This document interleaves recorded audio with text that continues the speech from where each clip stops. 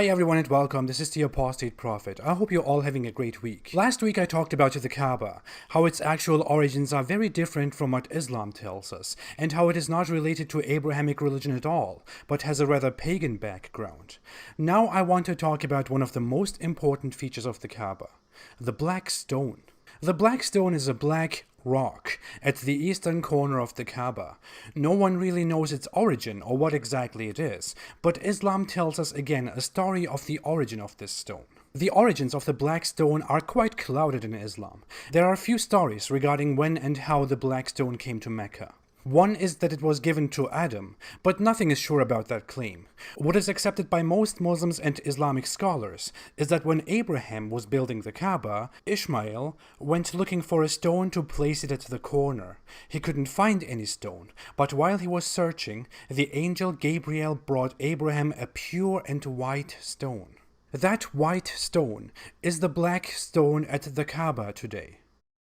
Well, if a white stone is touched by too many sinners, it turns black. If you want to test this at home, you can go out and look for a white stone, then find enough people who just masturbate it, and then let everyone touch the stone, preferably with the hand that the sin was committed with. It will most certainly turn black. If it doesn't work immediately, you can just drop the stone, and maybe in a few thousand years someone will tell a weird story of the god of masturbation giving the stone to some random guy who was going out and looking for a stone. Whatever. Yes, the Islamic belief really is that the black stone was brought by Gabriel from heaven and turned black from white. The heaven part is almost undisputed by the Islamic scholarly consensus, because Muhammad says in Hadith that the black stone came down from heaven. You know, heaven is somewhere above. The color change is also believed to be true because the same Hadith says that the stone was whiter than milk, but turned black because of human sin. The black stone was respected by both believers and pagans, but the pagans eventually took complete control of it and used it in their pagan rituals. According to early Islamic scholars, when Muhammad was 35 years old, the clans of Mecca renovated the Kaaba and removed the black stone from the Kaaba temporarily. But then they couldn't decide who would put the black stone back in its place again, who would have the honor. They waited for a random person, why ever, and in that moment, Muhammad came in, so they gave him the honor to put the black stone back into its place. This is only an early source that sounds incredibly dubious. After Islam took control,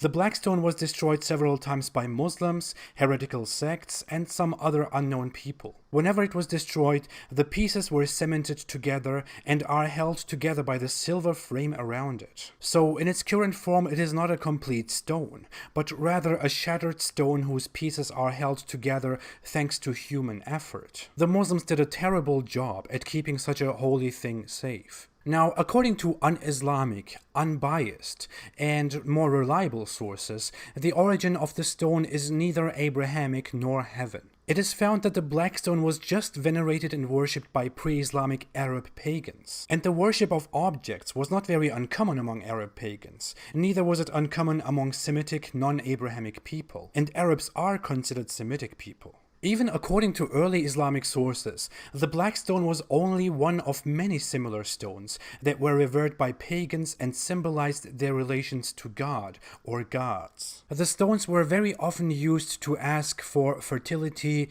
life, rain, and so on, blessings that came from divine sources. According to the earliest biographies of Muhammad, pagans used to worship almost naked at the Kaaba and associated the Kaaba and the black stone with fertility rites and prayers. According to some sources, such stones were associated with cities, tribes, or gods of those tribes. This knowledge is also supported by very early sources. Clement of Alexandria, a theologian who lived in the 2nd century, said that Arabs worship stones. Maximus Tyrius, who was a Greek philosopher in the 2nd century, also provided a more detailed explanation of Arabs worshipping gods through a quadrangular monument and associated stones. According to Jewish sources, Semitic people outside of Judaism were very much involved in stone worship, more so than other people. According to the Jewish Encyclopedia 1906, which bases information on very early and contemporary credible sources, Semitic people before Judaism and other Semitic people after Judaism worshipped stones wherever they were, especially in Arabia. There is even a term for this called betilus, which refers to sacred stones that were used for worship by Semitic people, Greek people, Romans, and others. The term betilus is Greek, but even that comes from Semitic, since Greek and Semitic people had a lot of mutual cultural influence. The stones were very often associated with gods, or seen as signs of gods. And many stones were believed to have come from outside of Earth, and were later identified as meteorites. Pre-Islamic Arabs also had stones that they used to worship gods, just like so many other Semitic peoples. And it looks very much like the black stone at Mecca is the same. The difference is that other people abandoned such practices once they converted to Christianity or Judaism, because it was seen as clear idolatry, which is supposed to be strictly forbidden in Abrahamic religion. While Islam, which is also supposed to be an Abrahamic religion, just kept the practice. The theory about meteorites shouldn't be forgotten. Many experts today believe that the black stone in Mecca is also a meteorite. Some other experts believe that it's merely a rare stone or some sort of glass. It has never been scientifically examined, although there is a myth going on among many Muslims that it had been scientifically examined before and it couldn't be compared to anything else in the entire universe. It never happened. It would be very beneficial to actually scientifically examine the stone. I believe it would either help or extremely damage the Islamic faith. That's probably why Muslims are not interested in studying it, and authorities don't offer any possibility to make a study about that. But then again, if it turned out to be some complete random stone, many Muslims would probably make a new interpretation of some Quran verse that they were not able to understand for the last 1,500 years, suddenly saying that stones in heaven are just like stones in our universe. But let's forget about the origins of the stone for a moment, and let's see what Islam does with that black stone. Are you ready? 1.